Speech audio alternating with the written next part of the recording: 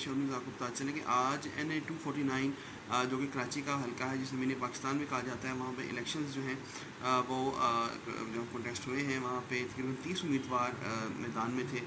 यहाँ पे जो इंटरेस्टिंग बात है वो ये है कि PDM के जो इत्तेहादी, जो पहले इत्तेहादी थे, अब शायद दोबारा इत्तेहादी बन जाएँ। बीच में उनकी लड़ाई भी रही।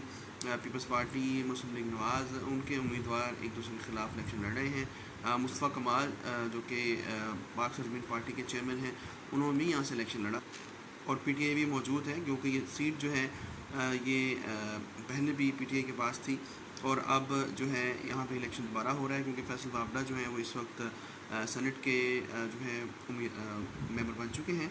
ये हल्का बहुत इंपॉर्टेंट है। यहाँ पे हमें कराची की असली जो शहरी अक्सरियत है, जो कि सोचते हैं, समझते हैं और अपने मसाइल को देखते हुए वोट देते हैं, और इन्होंने ही यहाँ पे PTI को जितवाया 2018 के इलेक्शंस में। और अब देखते हैं कि कौन सी पार्टी जीतती है।